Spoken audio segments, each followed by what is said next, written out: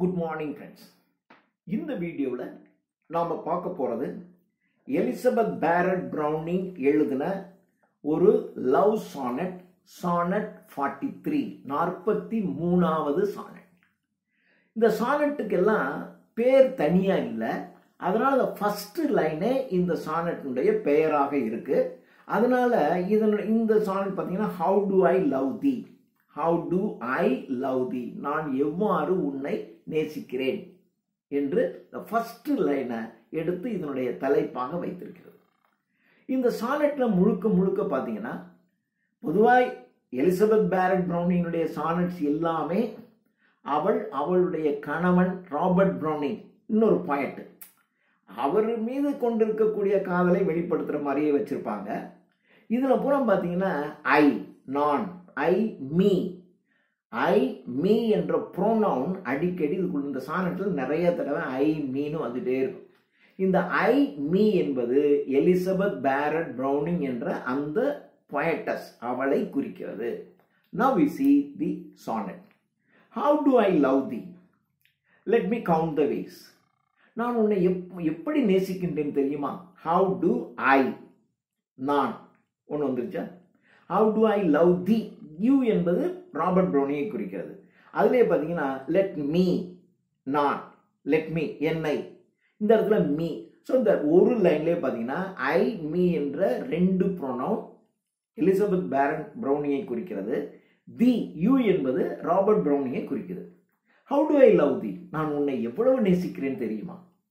Let me count the ways, நான் எப்படியெல்லாம் உன்னை நேசிக்கிறேன் என்பதை நான் கவுண்ட், எண்ணி பார்க்கிறேன். உன்னை நான் இப்படி காதலிக்கிறேன், இப்படி இப்படி இப்படின்னு விரல் விட்டு நான் எண்ணுகிறேன் அப்படின்னு சொல்றேன்.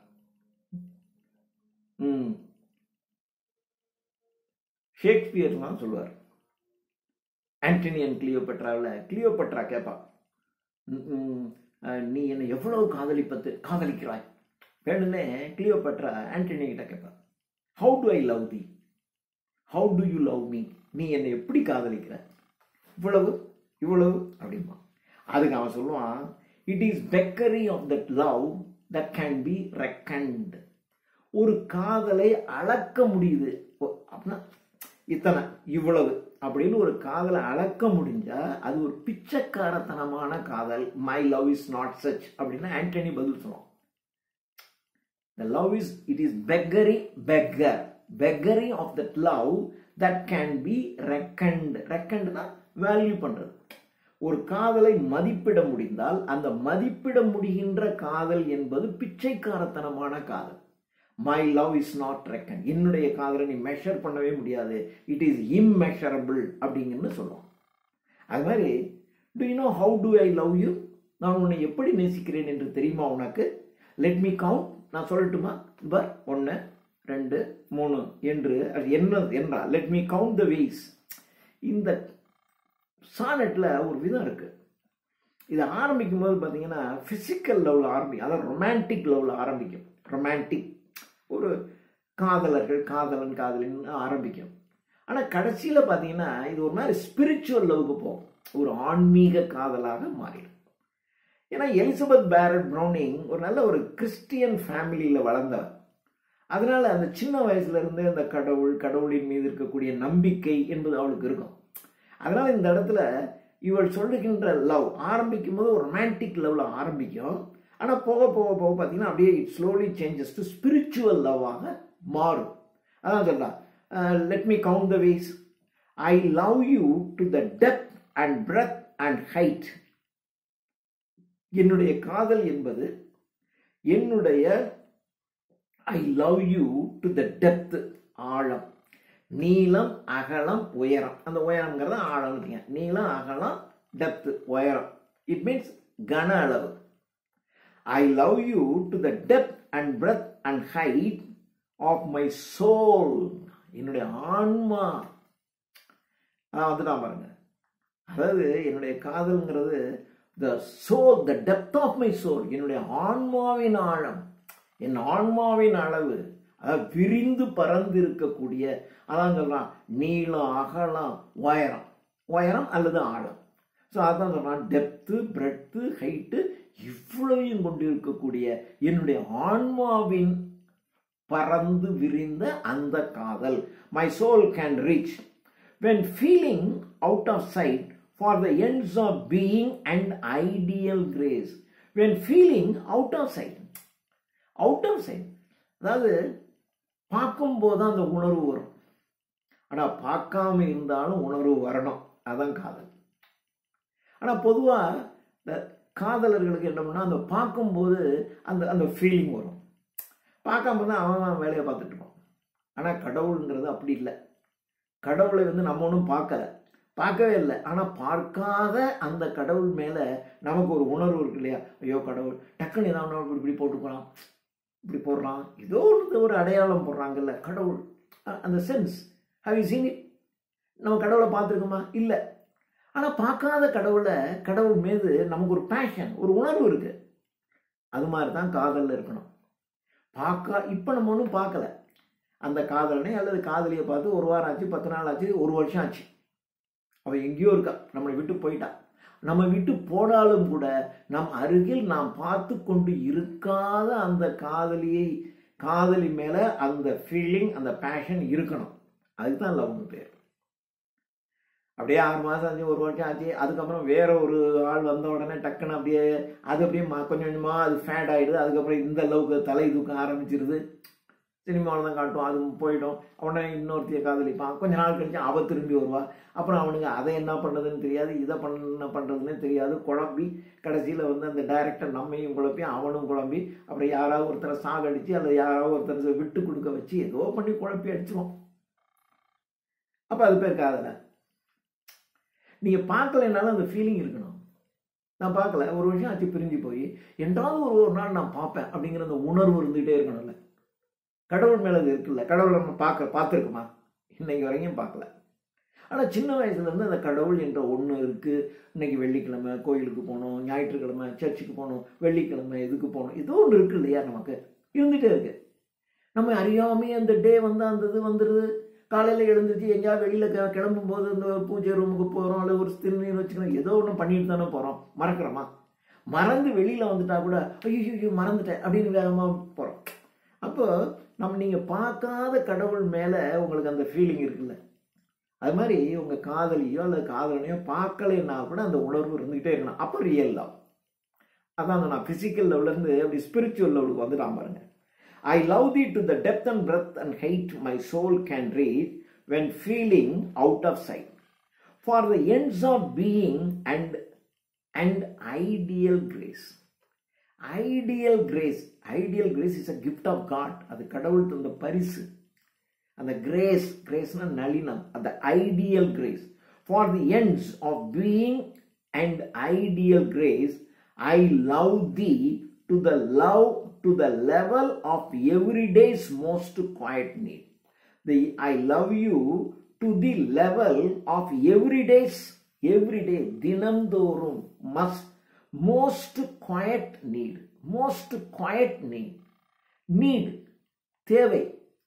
ஒவ்வொருத்தருக்கும் அந்த குவாய்ட் நீட் இருக்குல்ல, அந்த மோஸ்ட் குவாய்ட் நீட், அந்த ஒரு அமைதியான தேவைன்னா உடனே நமக்கு 10,000 ரூபாய் பணம் வேணும், அந்த தேவை இல்லை. அந்த ஒரு மோஸ்ட் குவாய்ட், அந்த ஒரு மனதிற்குள்ள ஒரு அமைதியை ஏற்படுத்துகின்ற தேவை எல்லாத்துக்கும் இருக்கும். ஸோ எந்த காதலானது கடவுளை அப்படியே நினைச்சோம் வழிபட்டோம் அப்படின்னா பல பிரச்சனைகளுக்கு நமக்கு விடுதலை கிடைக்கும். கடவுள் பார்த்துக்குவார். நான் கடவுள்கிட்ட வேண்டிட்டேன், கடவுள்கிட்ட சொல்லிட்டேன், இந்த பிரச்சனையை கடவுள் பார்த்துக்கொள்வார். இப்பொழுது மனசுல ஒரு குவாய்ட்னஸ் வந்துருச்சு. அது மாதிரி ஒரு காதலுக்கு பார்க்கும்போதும் அது டர்புலண்ட்டாக இருக்கக்கூடாது. ஒரே குழப்பமாக இல்லாமல் அதை நினைக்கும் போது அது இல்லை எனக்காக அவன் செய்வான், அவன் பார்த்துக்குவாயா என்ற அந்த தன்மை நமக்கு வரணும். Most quiet need by sun and candle light. By sun என்றால் பகல், அண்ட் கேண்டில் லைட்டுங்கிறது இரவு. ஸோ இரவானாலும் சரி பகலானாலும் சரி அந்த டர்புலன்ஸ் இல்லாமல் மனதுக்குள்ள அந்த அமைதியை ஏற்படுத்தக்கூடியதாக அந்த லவ் இருக்கணும். எப்படி அந்த கடவுள் மீது கொண்டிருக்கக்கூடிய அன்பானது மனதிற்குள்ள ஒரு அமைதியை கொண்டு வருகிறதோ அதே போல மனிதர்களின் மீது நாம் கொண்டிருக்கக்கூடிய காதலும் உண்மையானதாக இருந்தால் அமைதியை கொண்டு வரும். உண்மையான காதலா இல்லைன்னு வச்சுங்க சந்தேகமாகவே இருக்கும். அந்த பொண்ணை அவன் ஒரு மாதிரி பார்த்தானே, எப்படி இருக்கும்னு தெரியலையே, அப்படி ஒரு ஃபோனை வாங்கி செக் பண்ணி பார்க்கறது, இந்த அதை பண்ணி பார்க்கறது. அப்படின்னா உங்களுக்கு அமைதி போயிடுச்சு. இல்லை அவன் என் மேலே ரொம்ப உயிராக இருக்கான், என்னை காதலிப்பான், அவ்வளோதான். அது மாற்றம் இல்லை. அப்போ அது அமைதியை தருது அப்படின்னா இட் இஸ் ட்ரூ. அமைதியை தரலை அப்படின்னா இட் இஸ் அன்ட்ரூ. கடவுளின் மீது நாம் கொண்டிருக்கக்கூடிய அன்பும் காதலும் அமைதியை தருது. துன்பத்திலிருந்து கடவுளை வேண்டுகிறோம். கடவுளை வேண்டினோடனே நமக்கு ஒரு நம்பிக்கை வருது. கடவுள்கிட்ட நான் சொல்லிட்டேன், எனக்கு எல்லாம் நல்லது நடக்கும், நான் நம்புறேன்டா அப்படின்னு வந்து வீட்டுக்கு வந்துடும்ல. கடவுள்கிட்ட சொல்லியாச்சு, கடவுள் பார்த்துக்குவார், நம்புறோம்ல. அப்போ ஒரு மனசுக்குள்ள அமைதி வருது இல்லை, இந்த அமைதி கிடைக்கணும். அப்படி இருந்துச்சுன்னா தான் love. I love you freely as men strive for right. I love you freely. காதல் என்பது அது ஃப்ரீயா இருக்கணும், சுதந்திரமாக இருக்கணும். இதுக்காக அது, அதுக்காக இதுன்னு இருக்கக்கூடாது. It must be free. அப்போ அந்த லவ் மஸ்ட் பி, அது ஒரு ஃப்ரீடம், அது ஒரு சுதந்திரம்.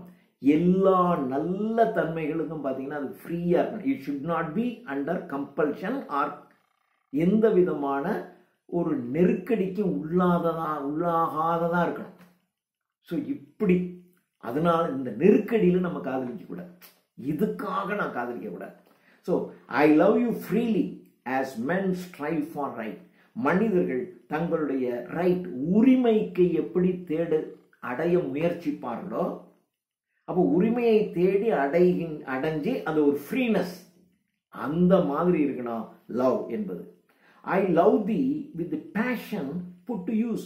பேஷன் என்றால் உணர்வு. I love you with passion put to use. அந்த உணர்ச்சி அது உணர்வு பூர்வமானதாக இருக்க வேண்டும். உணர்வு பூர்வமாக செயல்படுவதாக நம்முடைய அன்பும் காதலும் இருக்கணும். நீங்க லவ் அப்படின்னாவே அதுல ஒரு அந்த பேஷன் இருக்கணும். நான் பார்த்தா தான் எனக்கு அந்த பேஷன் இருக்கு, நினைச்சாவே அந்த பேஷன் வரணும். கடவுளை நினைத்தால் எப்படி அந்த பேஷன் வருதோ அதே மாதிரி காதலனை அல்லது காதலியை நினைத்தாலும் நமக்கு அந்த பேஷன் வரணும். ஐ love the I love thee with the passion put to use in my old griefs and with my childhood's faith. With my childhood's faith. சின்ன வயசுல இருந்து நம்பிக்கை நமக்கு சொல்லி கொடுக்கப்பட்டிருக்கு. நான் சொன்னேன் முதல்ல, இவருடைய ஃபேமிலி வந்து ஒரு நல்ல கிறிஸ்டியன் ஃபேமிலி. அதில் சின்ன குழந்தையிலேருந்தே இத்தனை ஞாயிற்றுக்கிழமை சர்ச்சுக்கு போகணும், இப்படி போகணும், கடவுளை இது பண்ணணும், அதெல்லாம் கொடுத்து தான் வளர்த்துருப்பாங்க. அந்த சைல்ட்ஸ் ஃபெய்த் இருக்கு.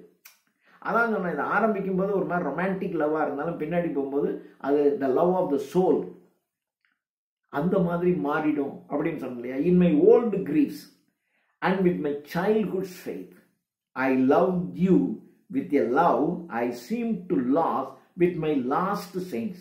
With my last saint. அதாவது லாஸ்ட் saints அப்படின்னா இழந்து போன அந்த saints.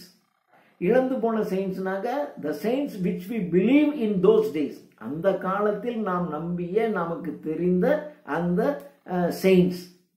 ஒரு காலத்தில் இவங்கெல்லாம் ரொம்ப பெரிய saints-ஆ தோணும்.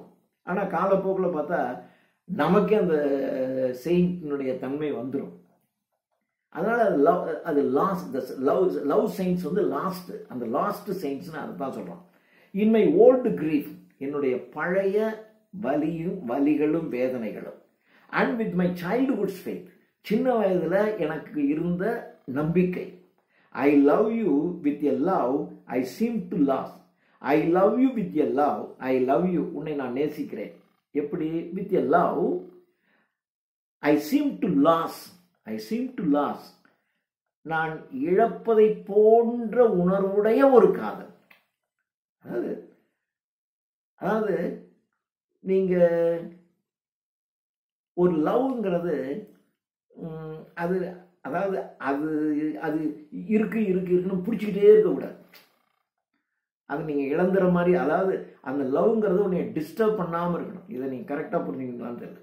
அதாவது நாம் என்ன பண்ணுவோன்னா, ஒரு காதலை இருக்க பிடிச்சிக்கும். அந்த காதல், நீ என்னை காதலிக்கிறியா இல்லையா, நீ என்ன பண்ணுற, நீங்கள் அப்படியே அதை விட்டுருங்க. You have to lose it. அதை விட்டுடுங்க. நீங்கள் அந்த அந்த அந்த காதலை நீங்கள் இழந்து போய் விட்டுட்டீங்கன்னாலும் அந்த காதல் இருக்கும். அதை தான் இருக்கும். நீங்கள் உன்னை பிடிச்சி தொங்கிக்கிட்டே இருக்கக்கூடாது. சின்ன குழந்தைகிட்ட எப்போ பார்த்தாலும் to you love my father, to you love me, நீ என்னை நேசிக்கிறாயா நேசிக்கிறாயா நேசிக்கிறாயான்னு அப்பப்போ ப்ரூவ் பண்ணிக்கிட்டே இருக்கக்கூடாது. நீ விட்டுருங்க. அந்த உண்மையான காதல்லாம் அது அப்படியே தான் இருக்கும், அது மாறவே மாறாது. பொய்யான காதல்லாம் மாறியே போயிடும். அதை தான் சொன்னால லாஸ்ட் செயின்ட்ஸு.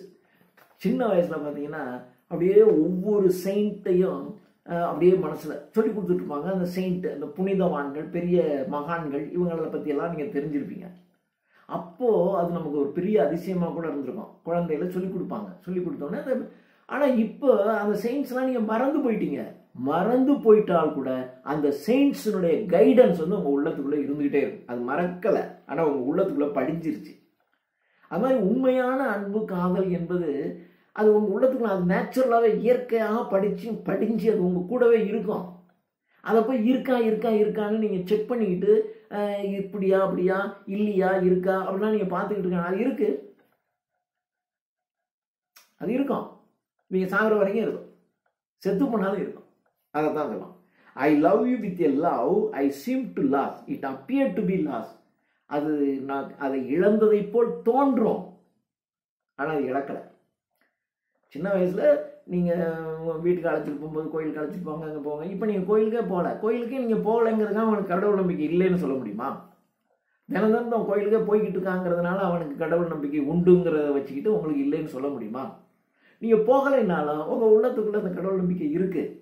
அது மாதிரி நீங்கள் அந்த காதலை வெளிப்படுத்தலை, அது சொல்லலைனாலும் உங்கள் காதல் உங்கள் உடலோடு உள்ளத்தோடு ரத்தத்தோடு கலந்து போய் கிடக்கு. அதுதான் love. I love thee with a love I seem to lose with my last saints. I love you with a breath. I love you with a breath. நம்ம பிரீத்துங்கிறது அதுவாக தான் சுவாசம் விட்டுக்கிட்டு இருக்கோம். சுவாசம் விட்றேன், நீங்கள் நான் ஞாபகம் வச்சுக்கிறீங்களா? சுவாசித்தல் என்பது நான் பாட்டு இந்த சொல்லிக்கிட்டே இருக்கேன், பேசிக்கிட்டு இருக்கேன், இல்லை திடீர்னு அங்கே பார்க்குறேன், நான் என்ன செஞ்சுட்டு இருந்தாலும் அந்த சுவாசம் இருந்துகிட்டே தானே இருக்குது. அதை நீங்கள் மறந்து போயிட்டீங்க. நீங்கள் சுவாசிக்கின்றீர்கள் என்பதை நீங்கள் மறந்து தான் போயிட்டீங்க, ஆனால் அது இருக்குது. அது மாதிரி தான் காதல் என்பது, கடவுள் மீது உங்களுக்கு நம்பிக்கை என்பது உங்களுக்கு இருக்குன்னு பார்க்கணுங்கிற அவசியம் இல்லை. அது மாதிரி காதல் என்பதும் உங்க கூட தான் இருக்கு. எப்படி பிரீத் என்பது நீங்க மறந்து போய் இழந்து போன அல்லது மறந்து போன ஒன்று, ஆனால் உங்க கூடவே இருக்கு. அது மாதிரி தான் உண்மையான லவ் என்பதும் நீங்க மறந்து போயிடுவீங்க, ஆனால் உங்க உள்ளத்துக்குள்ள அது இருந்துகிட்டே இருக்கும். உங்கள் உள்ளத்துக்குள்ளே இருக்கும், அவங்க அல்லது அவன் அல்லது அவளுடைய உள்ளத்துக்குள்ளே அது இருந்துகிட்டே இருக்கும். ஆனால் அது தினம் இருக்கு அப்படின்னு நீங்கள் மெஷர் பண்ணிக்கிட்டு சொல்லிக்கிட்டே இருக்க வேண்டிய அவசியம் இல்லை. அதை ப்ரூவ் பண்ணிக்கிட்டு இருக்க வேண்டிய அவசியம் இல்லை, அதுவாக இருக்கும். So I love you with the breath. சுவாசிக்கிறது எப்படியோ, ஸ்மைல் புன்முறுவல் பூக்கிறது எப்படியோ, ஒரு சின்ன ஒரு அழகான ஒரு சம்பவம் பார்க்கும்போது நம்மளை அறியாமல் ஸ்மைல் பண்ணுவோம். அந்த காட்சி வந்துருச்சு, இப்போ நம்ம ஸ்மைல் பண்ணணும், ரெடி 1 இப்படியா ஸ்மைல் பண்ணுவாங்க. அது மாதிரி இது காட்சி வருது, இப்போ அழணும், ரெடி 1 2 அழுவாங்களே. அதை பார்க்கும்போது அல்லது கேட்கும்போது உங்களை அறியாமையே உங்கள் உள்ளத்துக்குள்ள அந்த டியர்ஸ் வரும். உங்களை அறியாமையே கண்கள் அகல விரியும். உங்களை அறியாமையே உங்களுடைய உதட்டில் புன்முறுவல் தோன்றும். அது இயற்கையாக இருக்கும். அது மாதிரி தான் உண்மையான காதல்கள்லாம் அதுவாக வரும், அதுவாக தோணும். ஆனால் எப்பொழுதுமே உங்கள் கூடவே அது இருக்கு. With my last saints, I love you with the breath, smiles, tears of all my life. என் வாழ்க்கை முழுவதும் நான் புன்முறுவல், அந்த சூழ்நிலை வந்தால் நானாக சிரிச்சுவேன். அந்த சூழ்நிலை வந்தால் என்னை அறியாமலே கண்களில் இருந்து வரும். அதே மாதிரி என்னுடைய காதலும் அதுவாக வெளிப்படும். ஆனால் என் உள்ளத்துக்குள்ளே இந்த டியர்ஸ் எப்படி உள்ளத்துலேயே இருக்கோ, இந்த ஸ்மைல் என் கூடவே எப்படி இருக்கோ, பிரீத் என்பது தினம் ஒரு நாளைக்கு இத்தனை தடவை அதுவாக செஞ்சுக்கிட்டே இருக்கோ, அதே மாதிரி ஒரு உண்மையான காதலும் அதுவாக என் கூடவே இருக்கும். அது உரிய அக்கேஷன் வரும்போது அதுவாக வெளியே வரும். அது வெளியே வரலைங்கிறதுக்காக எனக்கு லவ் இல்லைன்னு நீ சொல்ல முடியாது, இருக்காதுன்னு சொல்ல முடியாது. அந்த மாதிரி லவ் என்பது தட் மஸ்ட் பி நேச்சுரல், அப்படி இருக்கணும். Smiles tears of all my life and if God choose. கடவுள் இப்படி தேர்ந்தெடுத்தார். என்ன தேர்ந்தெடுக்கிறது? போதும், இந்த உலக வாழ்க்கை உனக்கு போதும் என்று கடவுள் என்னுடைய வாழ்க்கைக்கு இந்த முடிவு போதும் என்று கடவுள் தீர்மானித்து விட்டார் என்றால், இந்த உலகை தாண்டி அடுத்த உலகத்திலும் என்னுடைய காதல் நீடித்து, அதுதான் காதல்னு பேர். செத்து போகிறோம். இருந்தா என்ன? ஆனால் செத்து போனதுக்கு அப்புறம் அந்த லவ்ங்கிறது இருக்கு. If God choose I shall but love you better after death. கடவுள் எனக்கு டெத்துங்கிறதை தீர்மானித்து விட்டார். நீங்கள் ஏதோ ஒரு நாள் சாக போறீங்கிறத கடவுள் குறிச்சிட்டார். செத்து போயிட்டீங்க. செத்து போனா என்னுடைய லவ்ங்கிறது ஆஃப்டர் டெத்து ஹெவன்லையும் அது கண்டினியூ ஆகும். If I happen to reach heaven, நான் ஹெவனை ரீச் பண்ணிட்டேன்னா அங்கே என்னுடைய காதல் தொடரும். அப்போ என்னுடைய காதலை இந்த டெத்துங்கிறது அழிச்சிட முடியாது. காலம் என்பது என்னுடைய காதலை அழிச்சிட முடியாது. எப்படி ஒரு பிரீத் என்பது, ஸ்மைல் என்பது, டியர்ஸ் என்பது நம்மளை அறியாம வந்துகிட்டே இருக்குமோ, அதே மாதிரி என் உள்ளத்துக்குள் இருக்கின்ற காதலும் அது மாதிரியே இருக்கும். நான் செத்து போனா காதல் அழிஞ்சிடாது, செத்ததுக்கு அப்புறம் இருக்கக்கூடிய உலகத்திலும் அந்த காதல் தொடரும் என்று. நான் எப்படி உன்னை நேசிக்கிறேன் தெரியுமா, என்னுடைய காதல் எப்படிப்பட்டது என்று தெரியுமா உனக்கு என்று எலிசபெத் பேரட் ப்ரௌனிங் தன்னுடைய லவ் எப்படிப்பட்டது என்று ராபர்ட் ப்ரௌனிங்க்கு சொல்லுவதை போல் எழுதப்பட்ட ஒரு அருமையான sonnet 43 How Do I Love Thee by Elizabeth Barrett Browning. Thank you.